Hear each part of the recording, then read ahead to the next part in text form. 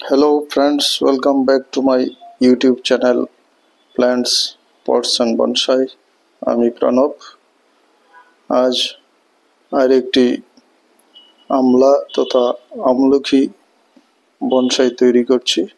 এতে এটা আমি 3-4 বছর যাবত এই গাছটিকে মাটিতে গ্রো করেছি বাগানে। আজ এটাকে উঠিয়ে নিয়ে এসেছি আমার টার্ন টেবিলে। এর কাণ্ডটা যথেষ্ট মোটা হয়ে গেছে, তো এর থেকে আমি একটি আমলকি তথা আমলার বনসাই তৈরি করব। প্রথমেই এই চারাটির যে অতিরিক্ত মোটা মাথার মধ্যে মোটা ডালগুলি, সেগুলিকে আমি কেটে ফেলে দেব। মোটা ডালগুলি ফেলে দিয়ে সরু ডালগুলিকে নিয়ে আমি কাজ করব এবং এর থেকে একটি বনসাই তৈরি করব। তো আমি একে একে এর মোটা ডালগুলিকে কেটে ফেলছি।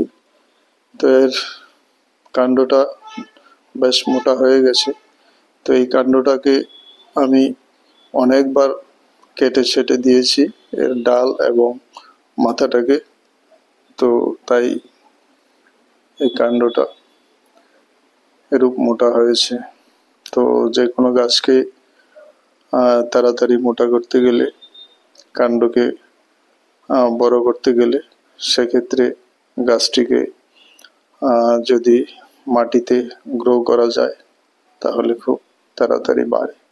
দেখুন, ছোট একটি প্লাস্টিকের পাত্রের মধ্যে একটি ছোট চারা গাছ নার্সারি থেকে সংগ্রহ করা, যেমন চারা তেমন চারা গাছ এই ছোট্ট প্লাস্টিকের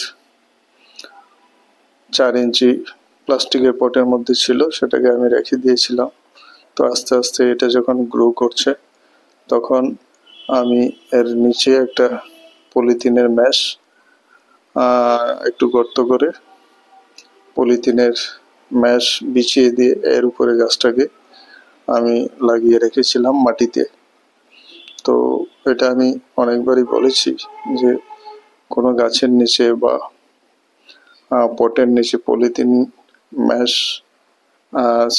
নাইলন ম্যাশ যদি আপনারা বিছিয়ে রাখেন কোনো প্রকার জালি, তাহলে সিঙ্গেল যে মোটা রুট সেগুলি তৈরি হবে না, অনেকগুলি সরু সরু মূল তৈরি হবে। তো এই গাছটিরও দেখুন মাটিতে গ্রো করেছে, কিন্তু তেমন খুব মোটা মূল কিন্তু এতে সৃষ্টি হয়নি। অনেকগুলি সরু মূল তৈরি হয়েছে এবং গাছটার যে বৃদ্ধি সেটা সন্তোষজনক। 3 বছরে এত মোটা আপনি পটের মধ্যে রেখে করতে পারবেন না কোনো গাছকে। এটা এত মোটা করতে গেলে কমপক্ষে 5-6 বছর সময় লেগে যাবে। তো আমি মোটামুটি 3 বছরের মধ্যে এটাকে এতটুকু মোটা করতে পেরেছি। আমার আরেকটি আমলা বনসাই রয়েছে, যাকে আমি পটের মধ্যে গ্রো করছি। এটা একসঙ্গে চারা, কিন্তু সেই চারা বনসাইটি অনেক সরু, এর কাণ্ড অনেক সরু। তো যাই হোক, এইভাবে আমি এর যে প্লাস্টিকের পট এবং অন্যান্য কিছু এর নিচে ছিল সেগুলোকে আমি রিমুভ করে নিয়ে আমি মাটির টবটিতে এই গাছটিকে বসিয়ে দেব এবং এর উপরে কাজ করব। তারপর এর থেকে সময় হলে একে আমি বনসাই পটের মধ্যে স্থানান্তরিত করব। এখন এই পটটিতে রেখে গাছটিকে আমি ট্রেনিং করব, আর যেন এর থেকে সুন্দর একটা মোটা কাণ্ডের আমলা বনসাই তৈরি করতে পারি। তো এই দেখুন, নিচে সরু একটা শাখার মতো আছে যেটা নেতিয়ে পড়েছে। তো সেটাকে আমি একটু তার বেঁধে একটু সোজা করে রাখলাম, কারণ এটাকে আমি কেটে ফেলতে চাই না, এখান থেকে একটি ব্রাঞ্চ বেরুক সেটা আমি চাই। সেজন্য এটাকে একটি তার দিয়ে আমি সাপোর্ট দিয়ে দিলাম। এখন ঝুরঝুরে মাটি, তৈরি করা মাটি দিয়ে, এর মধ্যে আমি কোনো সার টার তেমন কিছু প্রয়োগ করিনি, শুধু কম্পোস্ট এবং কিছু পারলাইট, সাদা সাদা দেখছেন যেটা, সেটা কিছু পারলাইট বালি এবং কম্পোস্ট দিয়ে এই সয়েলটা তৈরি করে আমি গাছটিকে বসিয়ে দিলাম। এখন একটি চপস্টিক বা সরু কোনো কিছু দিয়ে চারপাশের মাটি আমি ভালোভাবে গুজিয়ে দিচ্ছি, যাতে কোনো ফাঁক ফোকর না থাকে এবং যেন এয়ার পকেট তৈরি হতে না পারে, সেই জন্য ভালোভাবে আমি এর চারদিকে মাটিটাকে, সয়েলটাকে বসিয়ে দিচ্ছি।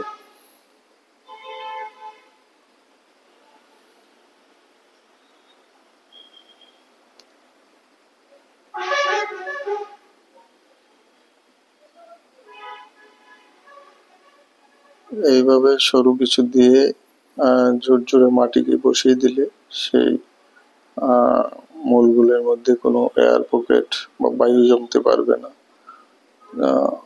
কারণ এয়ার পকেট সৃষ্টি হলে গাছের মূল রুটের ক্ষতি হতে পারে, রুট পচেও যেতে পারে। তো এইভাবে আমি গাছটিকে প্রতিস্থাপন করে নিলাম একটি মাটির ট্রেনিং পটের মধ্যে।